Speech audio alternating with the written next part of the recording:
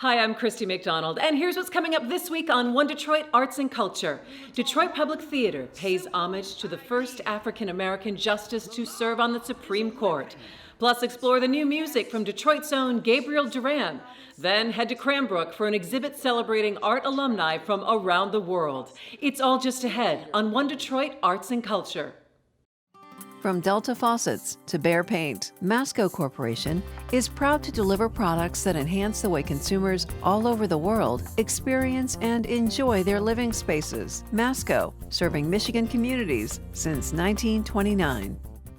Support for this program is provided by the Cynthia and Edsel Ford Fund for Journalism at Detroit Public TV, the KRESGE Foundation, Community Foundation for Southeast Michigan. The DTE Foundation is a proud sponsor of Detroit Public TV, among the state's largest foundations committed to Michigan-focused giving. We support organizations that are doing exceptional work in our state. Visit dtefoundation.com to learn more. Business Leaders for Michigan, dedicated to making Michigan a top 10 state for jobs, personal income, and a healthy economy. Also brought to you by the Fred A. and Barbara M. Erb Family Foundation, and viewers like you.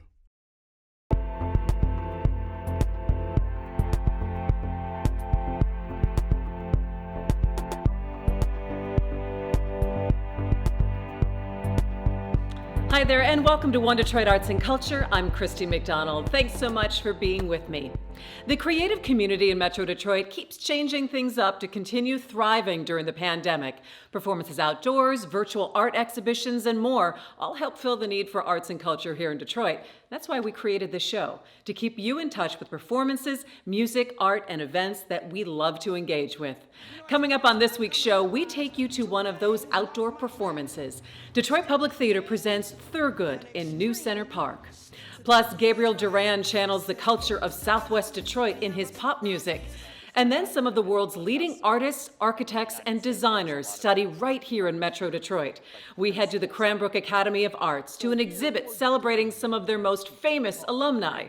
It's all coming up on One Detroit Arts and Culture.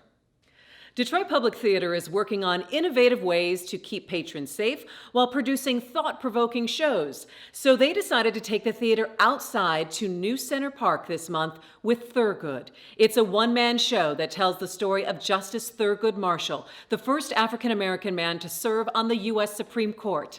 I was able to talk with the director of Thurgood, Steve Broadnax III, and one of the Detroit Public Theater artistic directors, Clare Coporandy. Here at Howard University, we were taught one simple idea. The law is a weapon if you know how to use it. I think what the most exciting thing I can say is live theater is back. Clare, this has got to be an amazing feeling, really. It is an amazing feeling. It's a little bit surreal to know that we're back and kind of get back in the swing of things and then greet our audiences. But boy, that first night welcoming people back was so incredibly special, and every night after. Steve, the theater nourishes all of our souls, and to be able to experience it in a community setting has got to be wonderful for you to step back in as a director. Absolutely. You know what I mean? To get the opportunity, especially the year that we've been through, to get the opportunity and with community gather together and tell stories in such a story. And so it's a pleasure to get back and do theater, and not only just theater, but Thurgood specifically. All right, we're going to talk about the show, but Clare, walk me through what some of the decision making was to be able to do this and do it out in a live setting outside. There's just like a lot of investigating about where people are comfortable, what our unions are saying, what the guidelines are saying. And it's a lot of juggling and a lot of people being flexible and nimble to pivot. And then we were able to make this decision to transfer this show from Chautauqua Theater Company to Detroit pretty quickly with a homegrown Detroit artist, Brian Marable, who is phenomenal. You've seen him across Detroit on many stages for many years, but be able to sort of bring that back, to partner with Midtown Detroit Inc. on this beautiful venue outside so we all feel safe and taken care of. The weather is just right. And so just nimble. Oh yes, constantly changing. Steve, talk to me about the show. It's a one-man show, which is so so difficult for an artist and an actor to be able to carry that energy through, but really the subject matter of Thurgood Marshall, the first African-American U.S. Supreme Court Justice, and being able to tell that story. Talk me through some of the decisions that you had to make through the direction process and really bringing this to life here in Detroit. Growing up in school, I have to admit, I had very minimal education about Thurgood. I knew he was on the Supreme Court, and I think that was the extent of my knowledge that I gained. So being able to go back and understanding him really being Mr. Godfather of civil rights and how the law was the weapon that he used to change things, it was very important. So it was a lot of research, which I love to do, and I have such more admiration for Thurgood now. And it was a pleasure as well to get this information out to people who may not have known as much as him as I think we should. Real quick on that, Steve is such an amazing inspiration, by the way, and having him in the room and in the city, being able to bring him to Detroit, this is not the first time we've brought him. He just brings joy, compassion, humility, and just a great love of the art. And to bring him on this ground is important for DPT and for this city to have him here. You know, Steve, when I sit and I watch a theater production, I always get this feeling of with the first line of the show. It's emotional. I tear up, and it doesn't matter what show it is. It's just being present, I think, in the moment when you hear those first lines and that energy of that, what's it going to be? Is there a moment in the show? Is there a line, something that you can bring to us that really has that moment for you? I keep a lot of lines. At the top of the line, I think the law is a weapon if you know how to use it. And he says that it is, it takes place at his alma mater at Howard University.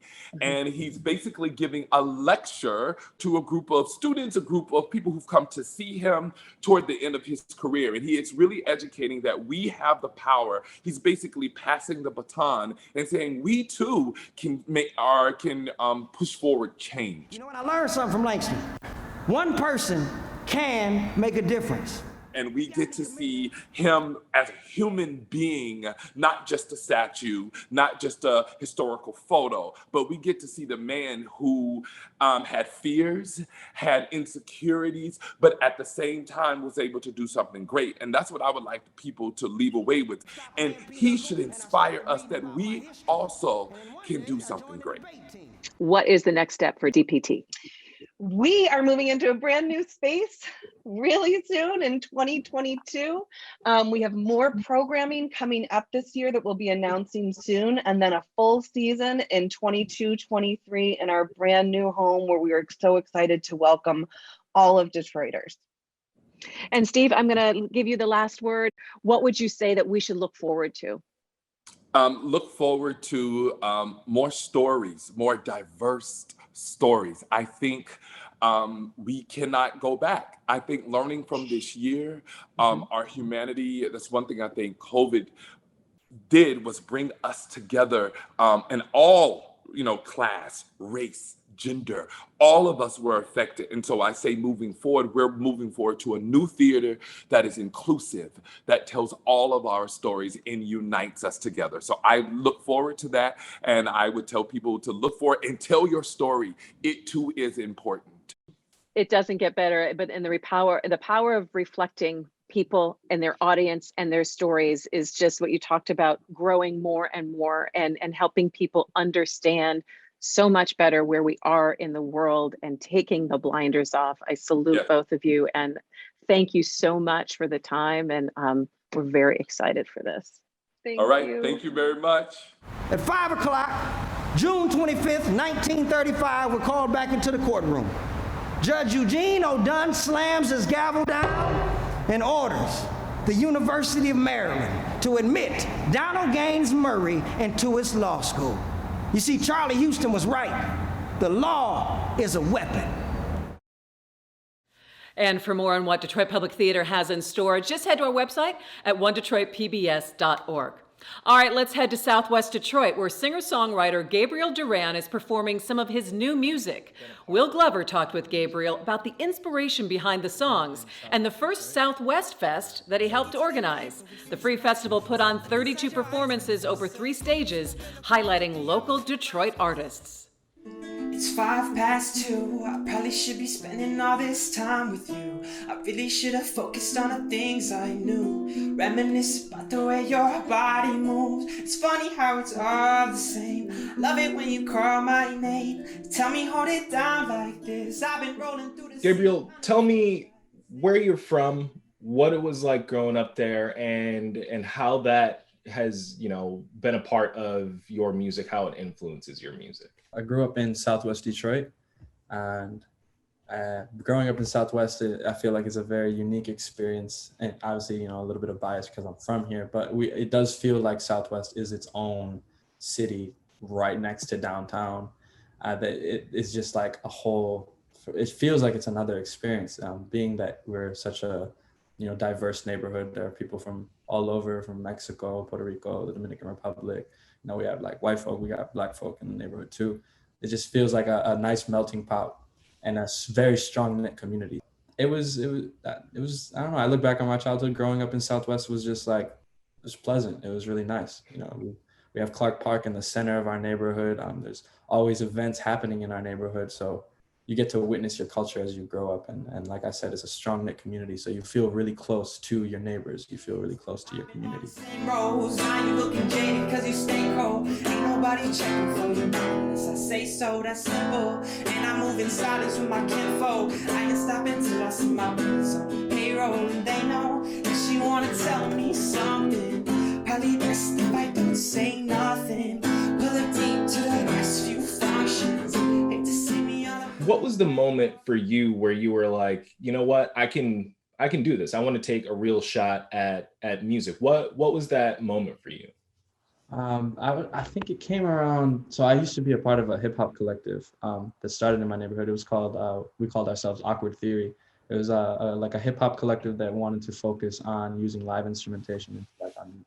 And that was back when I was like 16, 17. And I think that was really the moment where I realized that this was not only what I really wanted to do, but something that was realistic even. We put out our debut album and it did really well within the neighborhood. It was cool because like a lot of people like knew our songs. Like they'd show up to the shows and like they'd be singing our song, you know, and not only that, but they were also like supporting too, which is the big thing because like you said, like a lot of people think it's like, oh, you got a cool song, you hit somebody up, you do a show and your life is just like this magical journey with, you know, like being not like the center of attention, but like being in the spotlight for that moment, right? But what they don't see is like the, you know, the shows where people might not support.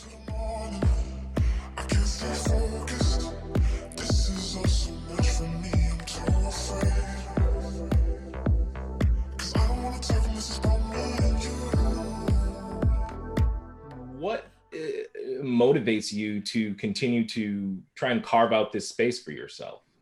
My music, what keeps me going, I guess, at the end of the day is knowing that if I'm able to, like the further along I get on this journey, the more likely it is that I can open doors for others that might want to take this same path.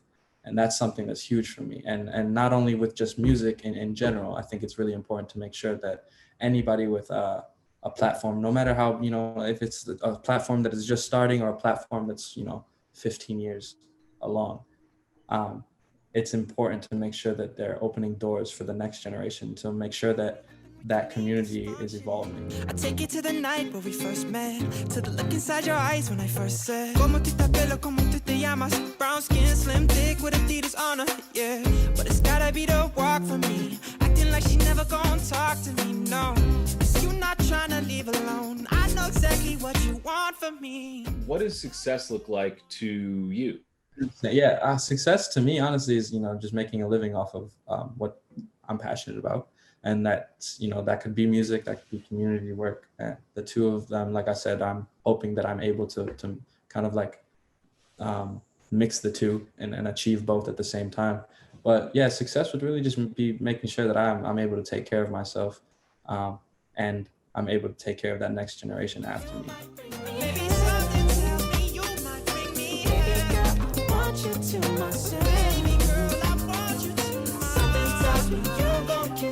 All right, and so give me the handles. Where do you want people to go to click like and subscribe and give you all that fan love? So it's just Gabriel X Duran on all platforms. So you can find me everywhere. This is just Gabriel, then X Duran. It's going to be the same for Twitter, Instagram, Facebook, and my YouTube channel also. And on all platforms, just Gabriel Duran. On the same roads, now you looking jaded cause you stay cold. Ain't nobody checking for you. Unless I say so, that's simple. And I move in silence with my kinfolk. I ain't stopping till I see my brothers on the payroll. And they know that she wanna tell me something. Probably best if I don't say nothing. I pull up deep to the last few functions. Hate to see me on the same road. And for more info on the SWFest and Duran's album, Wish You Well, just go to our website at onedetroitpbs.org. All right, let's head to Cranbrook Academy of Art and take a closer look at the impact the school has on the world of design, art, and architecture. A recent exhibit called With Eyes Opened celebrated the work from alumni over the past 90 years. Banglatown, East Side Detroit, over by Hamtramck. Artist Chris Shank has a studio here. He's been working in the city for the past decade. You can't blame a student for wanting to go to the West or East Coast seeking more opportunity. But I had spent 14 years in New York. I had a decent understanding of how the cosmopolitan city worked and a good grasp of art history. What I needed was time alone to grow. Shank came to Michigan to the Cranbrook Academy of Art, which led to this. Works made from styrofoam, foil, and a team to make them. The point of going to Cranbrook is to develop your own point of view. That's the goal. Our allofoil process was something I invented at Cranbrook through just a series of rapid iterations. The best advice I got there from a colleague was just try a lot of things. The art and design world knows Cranbrook's impact. You'll find it around here, the GM Tech Center in Warren, the spirit of Detroit downtown. 90 years on, the Cranbrook Academy's got an exhibition. Cranbrook was a real incubator, and it was an attractor for people across the country. Curator Andrew Blauvelt put the show together. So With Eyes Opened is actually a phrase that Edsel Saarinen used in an unpublished manuscript that he wrote at the end of his life, reflecting on all the things that he had done at Cranbrook. Finnish architect Edsel Saarinen designed the Bloomfield Hills campus, starting the academy in the early 1930s. A radical new approach, Blauvelt says. Yes, it's radical in the sense that this was the first time that someone articulated that you should have a practicing artist be in charge of the program. Before that, it would have been a professor. And in the United States, there was a lot of what we call maybe art theory, like principles of art making. So here, more doing than hearing people talk. Cranbrook recruited some leading artists like Carl Milles from Sweden. His figures surround the Orpheus Fountain. A fountain without a centerpiece, and here, the tiny model of what was supposed to go there. It's part of the Cranbrook mythology that Saarinen, who was the master architect, thought that the figure was too big and too much, which I would personally agree with at that scale. The full-size sculpture ended up in Stockholm, Sweden. Cranbrook's influence kept traveling far and wide. This painting by Jose Hoya, who came here in the late 1950s. He's considered a living treasure as an artist and has such an impactful career in bringing modernism to the Philippines. Here's Wokyeon Choi from Korea. Now she's considered one of the pivotal figures for helping introduce Western abstraction back into Korean culture. Frank Okada, a Japanese-American from Seattle. He helps introduce the idea of abstract expressionism into the Pacific Northwest. Cranbrook art, you can also see it at the TCF Center. Alum Sonia Clark's Healing Memorial, a participatory tapestry for those lost to the pandemic. A beaded prayer is a packet or an amulet that has a message in the inside, it's sealed shut, and it has at least one bead on the outside. Clark's work at the exhibition, a Confederate flag, threads meticulously extracted. I think for Sonia, for the artist, it's definitely a question of social justice. And so her artwork is often dedicated to those projects where she's trying to advance those kinds of issues and causes. Then there's design of the mid-century kind. Ruth Adler Schnee wanted to be an architect off limits to women at the time, so she excelled at fabrics. She was basically developing a new industry, so her, along with a few guys actually, and another woman, really developed the whole modern era of textile design. Schnee and others like Florence Knoll of Knoll Furniture fame would help define modern interior design. Harry Bertoya, Cass Tech grad, he studied here, creating chairs from wire. At Cranbrook, Charles and Ray Eames learned to bend wood. With the war on, they made a leg splint into a work of art. Then came the chairs that permeated post-war America. Thank you, Ray. All right, Charles, let's start with the first one right here. The molded plywood chairs are a result of in a way, letting the mass production technique show through in the result. The traditional, what we call the Cranbrook canon, has been the figures of like Charles and Ray Eames and Florence Knoll and Harry Bertoya, all of these figures from mid-century. And they all did really amazing things. But that's not the complete story. Ken Isaacs led the school's design department in the 50s. In the 70s, he'd make his celebrated super chair when Watergate and an oil crisis were going on. So he was one of the pioneers in what we call DIY furniture design or do-it-yourself furniture. So we think he's a really important figure that has been kind of forgotten about, but happily we have his archive now at Cranbrook. In 1984, somebody who also studied here at the Academy in the 1950s, Niels Diffriant, has a totally different other approach to his design. He is one of the fathers of ergonomics. Niels Diffriant, another Cass Tech grad, his lounge chair created with the dawn of the personal computer. Later, he'd create his own line of fancy office chairs. Diffriant died in 2013, Isaacs in 2016.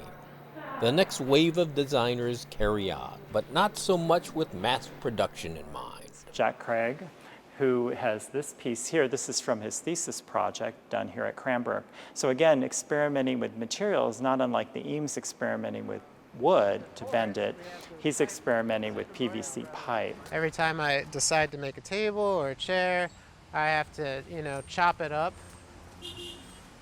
like this. This will be a chair someday. I'm going to these giant plumbing supply places that only deal with municipalities and giant contractors, and I show up asking for one pipe.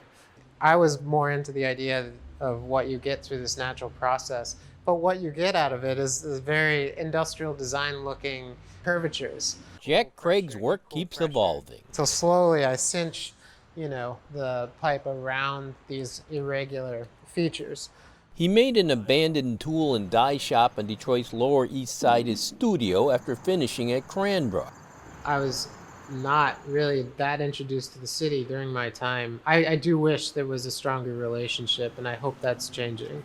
Craig's connected to his neighborhood, like fellow alum Chris Schenk. I got to know my neighbors, and eventually my work required assistants. So my first assistants were my neighbors who lived adjacently across the street, and that's how I got to know my community. That's how I got to be a part of the community. Schenk's work, too, featured in the Cranbrook exhibition amongst all those other pieces. The influence of Eames is strong. I mean, the ghosts are there. You feel the inspiration and the pressure. Cranbrook is a school of making, theory and practice, heavy on the practice. That's fine.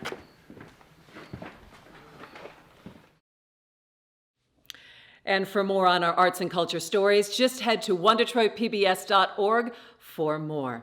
That's going to do it for me, but we're going to leave you with a performance from Detroit Performs Live from Marygrove. This is the Tronino Low Quartet. I'll see you next time. Take care.